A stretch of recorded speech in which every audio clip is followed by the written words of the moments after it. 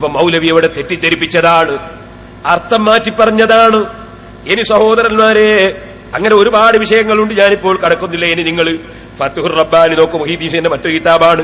106-ാമത്തെ page എടുത്തു നോക്കൂ. മഹാനവറുകൾ പറയുകയാണ്,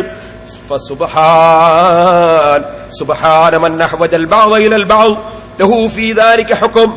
ചില സൃഷ്ടികളിലേക്ക് അല്ലാഹ് ആവശ്യമാക്കിയിരിക്കുന്നു, അത് അള്ളാഹിന്റെ തീരുമാനമാണ്. അള്ളാഹ് പരിശുദ്ധനാണ്, മഹാന്മാര് മുഖേനയാണ് എന്തു കിട്ടുന്നത്. ബഹുമാനപ്പെട്ട ഒരു ഫത്ഹുർ റബ്ബാനി 106-ാം പേജിൽ പറയാണ്. മുഹീദ്ദീൻ ശൈഖിനെ സംബന്ധിച്ച് ഇവിടെ വന്ന് പറഞ്ഞ തെറ്റിദ്ധരിപ്പിക്കലാണ്. ഇമാം അഹ്മദ് ഇബ്നു ഹംബൽ റളിയല്ലാഹുവിനെ പറ്റി ഇവിടെ മറ്റൊരു തെറ്റിദ്ധരിപ്പിക്കൽ നടത്തിയിട്ടുണ്ട്. അല്ലാഹുമ്മ കമാ സുൻത വജ്ഹി അനി സുജൂദി ലിഗൈരിക ഫസുൻഹു അനിൽ മസ്അലതി ലിഗൈരിക. മഹാനായ അഹ്മദ് ഇബ്നു ഹംബൽ റളിയല്ലാഹു അൻഹു പറഞ്ഞു, പഠിച്ചവനെ, മറ്റൊരാളോട് സുജൂദ് ചെയ്യുന്നതിനെ തൊട്ട് എന്റെ ശരീരത്തെ നീ കാത്തിട്ടുണ്ടല്ലോ, അതുപോലെ മറ്റൊരാളോട് യാചിക്കുന്ന നിലക്ക് എന്റെ മുഖം കൊണ്ടുപോയി മറ്റൊരാളോട് യാചിക്കുന്നതിനെ തൊട്ട് എന്നെ നീ കാക്കണേ എന്ന് പറഞ്ഞതെടുത്തിട്ട് തവസ്സുൽ ഇസ്തിഗാസക്കെതിരാണ് പറഞ്ഞത്. ഇതുപോലെ തെറ്റിദ്ധരിപ്പിച്ചിട്ടുണ്ട്. അഹ്മദ് ഇബ്നു ഹംബൽ റളിയല്ലാഹു ഇസ്തിഗാസ ചെയ്ത് നേരത്തെ ഞാൻ എടുത്തുദ്ധരിച്ചിട്ടുണ്ട്. ഇനി അതിന്റെ പുറമെ ഇബ്നു തൈമിയ്യയുടെ കിതാബാണിത്. ഇതിലും നിങ്ങൾക്ക് കാണാം, റവാഹുൽ ഇമാം അഹ്മദ് ഫീ മുസ്നദിഹി.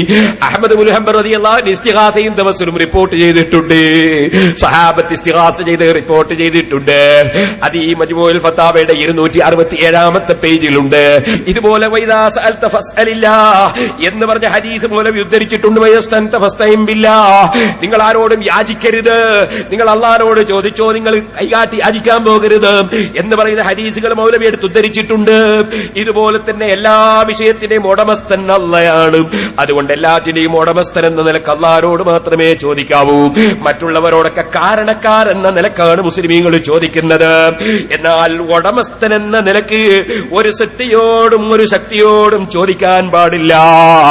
ആ നിലക്ക് അല്ലാഹുവിന്റെ മഹാന്മാര് പറഞ്ഞ വാചകങ്ങള്, നുഐം ഇബ്നു ഹമ്മാദ് പറഞ്ഞ വാചകം എടുത്ത് ഇവിടെ തെറ്റിദ്ധരിപ്പിച്ചിട്ടുണ്ട്. ഇബ്നു ഹുസൈമ പറഞ്ഞതായി മൗലവി എടുത്തെത്തിച്ചിട്ടുണ്ട്. മുഹാലുൻ അൻ യസ്തഈദ മുസ്ലിമുൻ ബിഖൽഖില്ലാഹി മിൻ ശർരി ഖൽഖിഹി.